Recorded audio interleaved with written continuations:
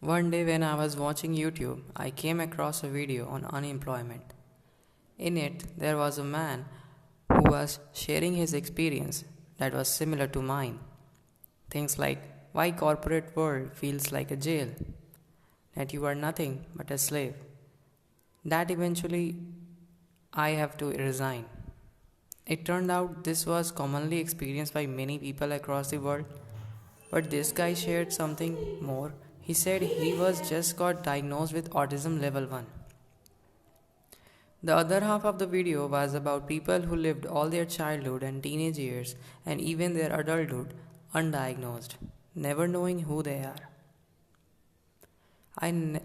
Never felt so understood before.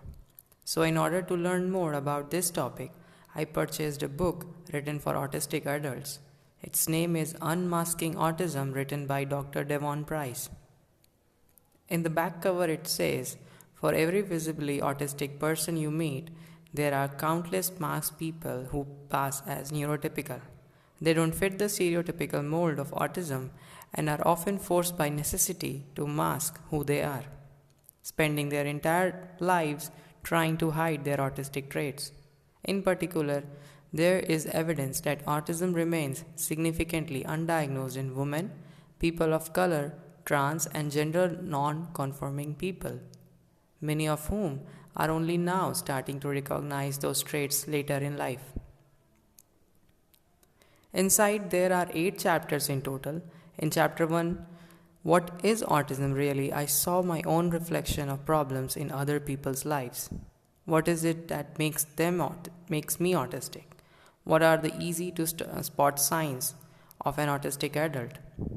The chapter gave me information about the people who came out as autistics to their family and colleagues. What was their reaction? What to expect from a diagnosis and the whole process. This was helpful and it encouraged me to read more books on this topic before seeking out a mental health professional. Moving on to chapter 2, Who are masked autistics? I saw myself again and again in the traits of autistic people. More traits got uncovered, so I read on. I understood where autistic people felt the happiest. I mean, what kind of environment suits the best for autistic folks? How do they manage stress, and what is it like bonding with someone in a deeper way? In short, what is their language of love? Throughout the book, I was encouraged again and again to unmask and to construct an authentic life. I felt more and more to be myself. In chapter 3, Anatomy of Mask, it was my favorite chapter. It has short accounts of masked men and women who pretended excessively for a longer period of time to be someone who fits the societal norms, how eventually their real self couldn't hide any longer. It shares the fear that children face when what makes them different is seen by others and the pressure to maintain the act altogether. I remember how being visibly different from my peers felt worse than anything. There's a lot of information on what kind of careers they end up as adults. What are the problems they face there? What being employed is like. In chapter 4, The Cost of Masking, this is the very core of the book. I saw how it is not what I thought about, how the normal people perceive our masking, and what does it convey to them about me? Why is it that we feel the job done by our peers is harder for us to maintain and pursue our hobbies? Moving on, chapter 5, Rethinking Autism, I learned about self-acceptance. What are these steps to accept all the things that makes you odd, allowing those traits to blossom that makes you different and stand out? This chapter has a little story of an author where he shares how his autistic traits helped him live in accordance with his beliefs and values, not his masking or acting. It also mentions how clutter and visual noise impact us. In chapter 6, which is Building an Autistic Life, I found my favorite line.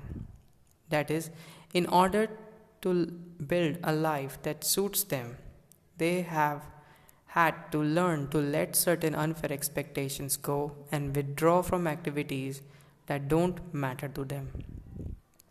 In chapter 7, Cultivating Autistic Relationships, I learned about how autistic folks bond with someone.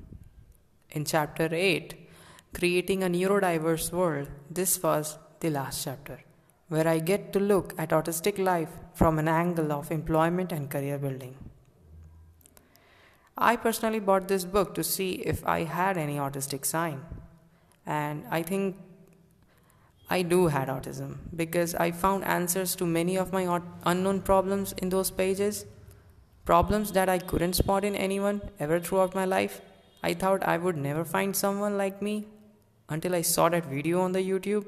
Now reading this book, I think I do have autism because regarding employment, I now have more clarity than before.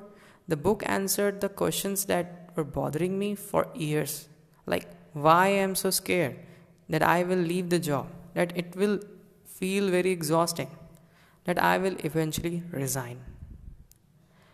The book has 4.32 ratings on Goodreads, and there is a part 2 of this book as well.